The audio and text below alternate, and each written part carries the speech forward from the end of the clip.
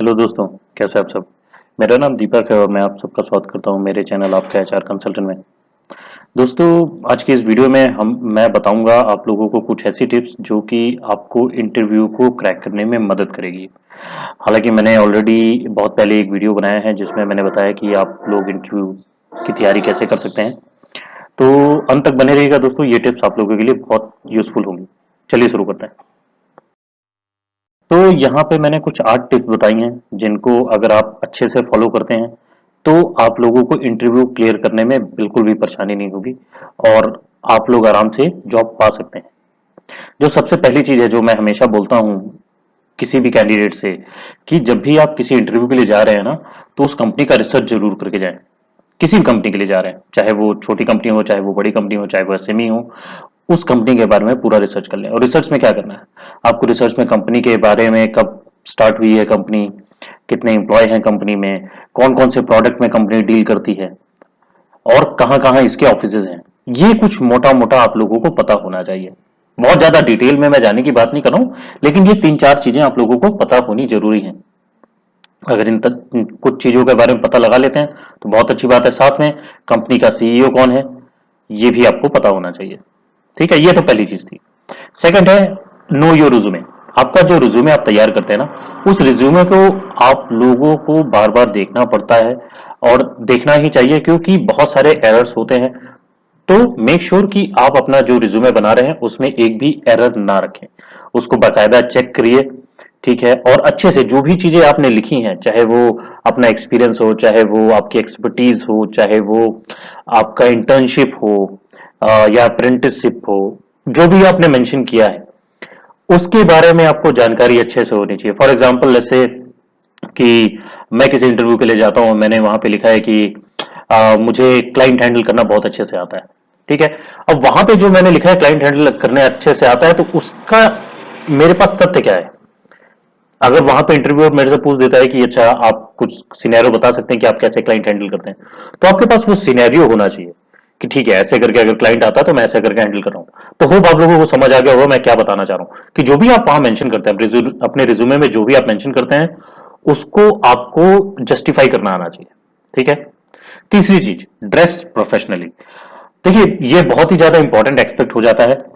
इसके ऊपर मैंने ऑलरेडी एक वीडियो बनाया है कि कॉर्पोरेट अटायर क्या होता है। अगर आप लोगों ने उस वीडियो को नहीं देखा तो उसको जाके देख लीजिएगा, उसमें बहुत सारी चीजें आपको जानने के लिए मिल जाएंगी। अब यहाँ पे प्रोफेशनली ड्रेस करना क्यों जरूरी है, क्योंकि ये दिखाता है कि सॉरी, ये दिखाता है कि आप कितने सीरियस हैं जॉब को लेके। बहुत सारे कंपनियों में आप देखे होंगे कि लोग कैजुअल पहन के चले जाते हैं। दोस्त, कैजुअल पहन के नहीं जाना है। अगर आप जेंट्स हैं तो मेक श्योर कि आप ट्राउजर पहन के जा रहे हैं, प्रॉपर शर्ट पहन के जा रहे हैं, विद पॉलिश शूज पहन के जा रहे हैं। आजकल दाढ़ी का भी चलन है तो ट्रिम करके जाइए। दाढ़ी पूरी तरह अगर आपको नहीं बनानी है तो दाढ़ी आप ट्रिम कर सकते हैं। ट्रिम करके जाइए, बढ़िया हेयर को अपने कॉम करके जाइए। तो ये कुछ प्रॉपर एटिकेट्स हैं इंटरव्यू में जाने के लिए। ठीक है, लेडीज के लिए भी सेम चीज फॉलो होती है। ठीक है। देन अगला आता है बी पंक्चुअल।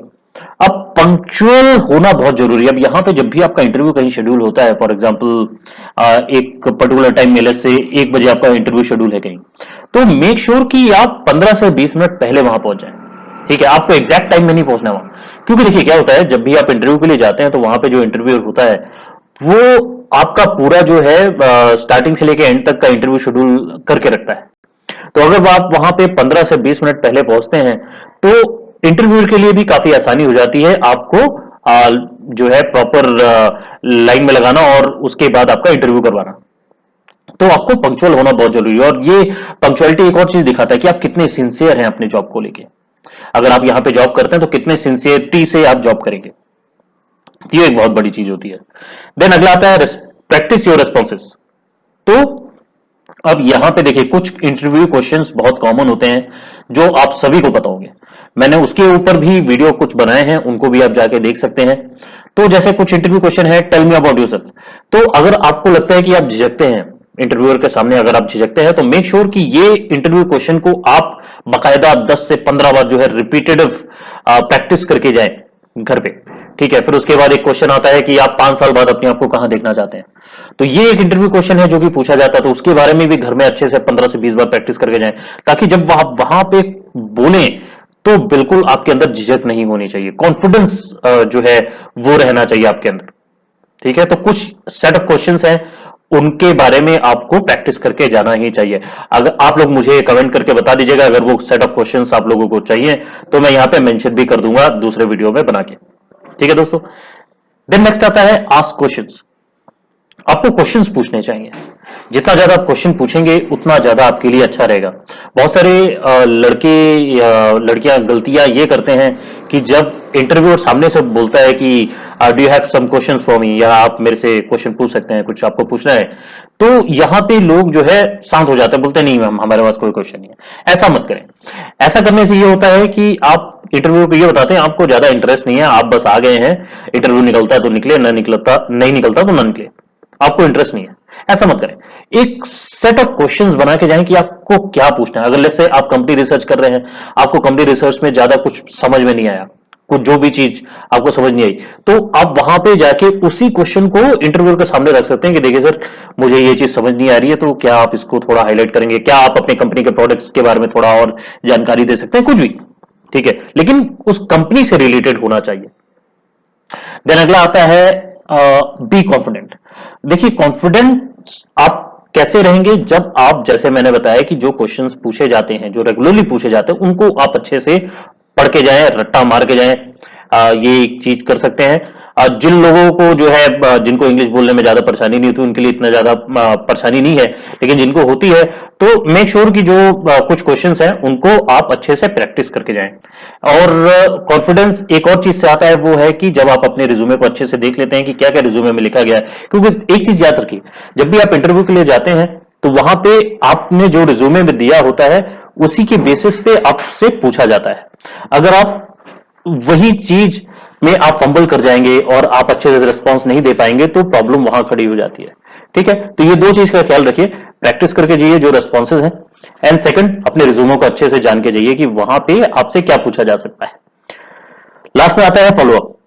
जैसे आपका इंटरव्यू हो जाता है, इंटरव्यू होने के बाद आप घर चले जाते हैं और उसके बाद जो है आप वेट करते हैं कि कॉल आएगा, कॉल नहीं आता है।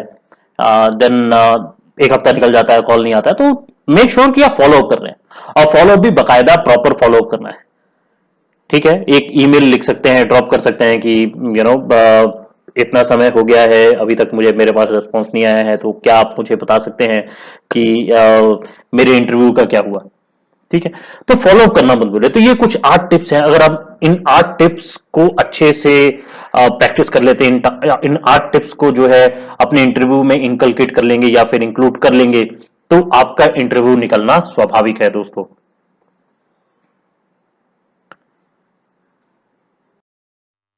आशा करता हूं आज का वीडियो आप लोगों को पसंद आया होगा। अगर पसंद आया है तो लाइक जरूर कीजिएगा, अपने ज्यादा से ज्यादा दोस्तों के साथ शेयर कीजिएगा और सब्सक्राइब करना मत भूलिएगा। मैं ऐसे ही नए नए कंटेंट आप लोगों के लिए लेके आता रहूंगा दोस्तों।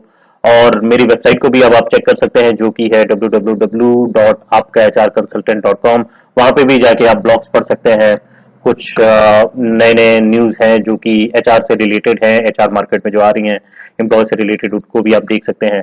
और मेरी सर्विसेज भी वहां अवेलेबल है, अगर आपको लगता है कि वो सर्विसेज आपको चाहिए तो वहां पे भी आप मुझे कांटेक्ट कर सकते हैं।